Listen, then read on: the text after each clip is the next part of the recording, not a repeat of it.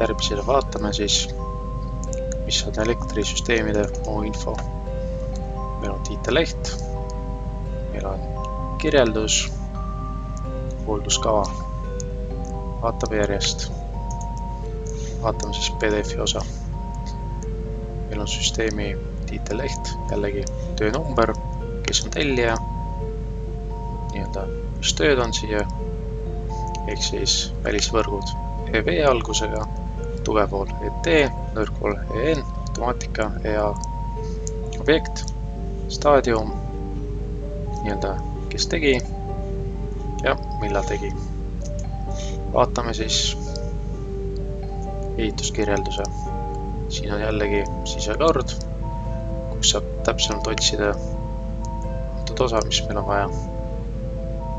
Antud seletuskiri koosneb 53 lehest ja lisadest.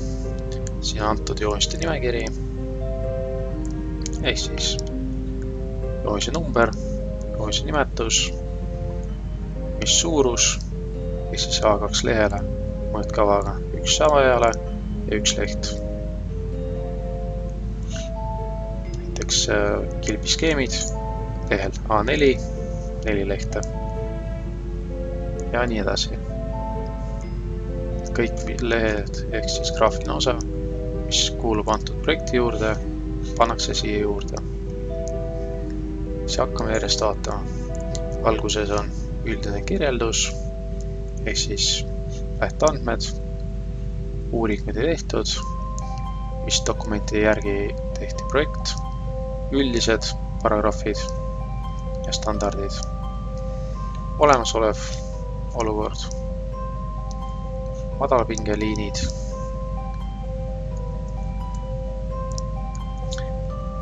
siin on niisugune üldine tekst, siis hakkab tugevvoolu paigaldis, jällegi üldandmed, lähteandmed, alusdokumendid, mis normide järgi kõik on projekteeritud, üldised normid, mis standardi järgi antud töö tehti, olemasolev olukord, põhiandmed, tugevvoolu paigaldise andmed, näiteks toitepinge ja mis võimsusele, tarbitav võimsus, ligisaudne peakaitse,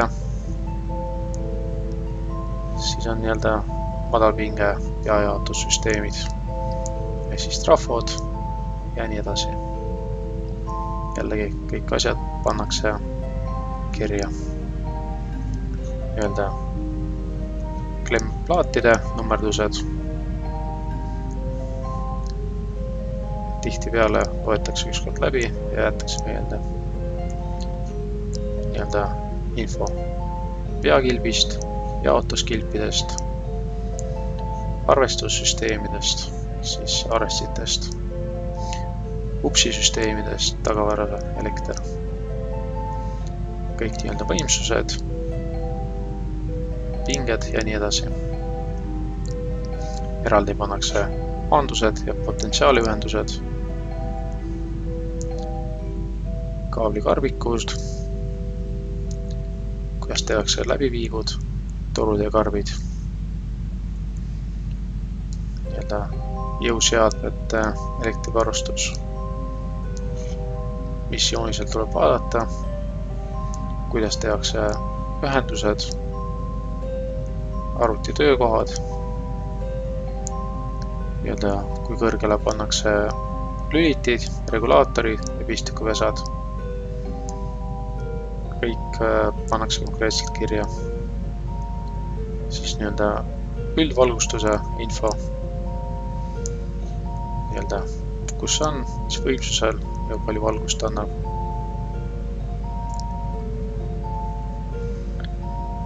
Andmed valgustustiheduse kohta. Paigalduse põhimõtted, sulatussüsteemid katusel, tuleotus, üldpõhimõtted, paigaldise põhimõtted, nõrkvoolu välisvõrgud, jällegi üldandmed, alusdokumendid, mille järgi tehakse, kaablisüsteemid, nii-öelda nõrkvoolu paigaldised.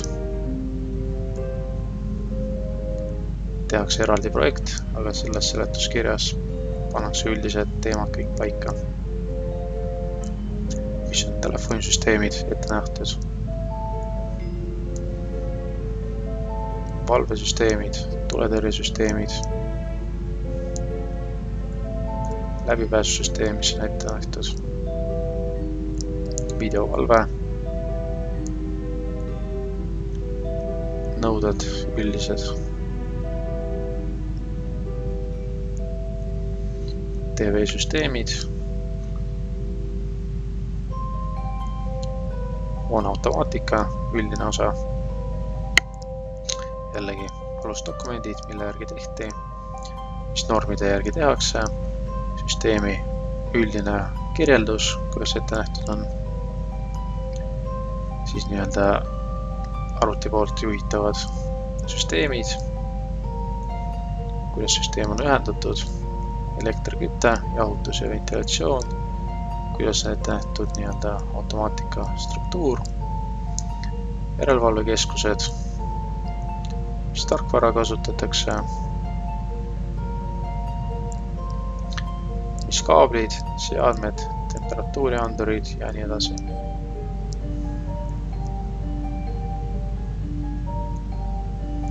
Kõik pannakse eraldi kirja. Lõppkokkuvõttes siis nii-öelda polegi teostajat. Põhimõtteliselt nüüd on see hoolduskava, nii-öelda toimingu nimetus, näiteks üldvalgustusele, millal tuleb teha, mida tuleb teha.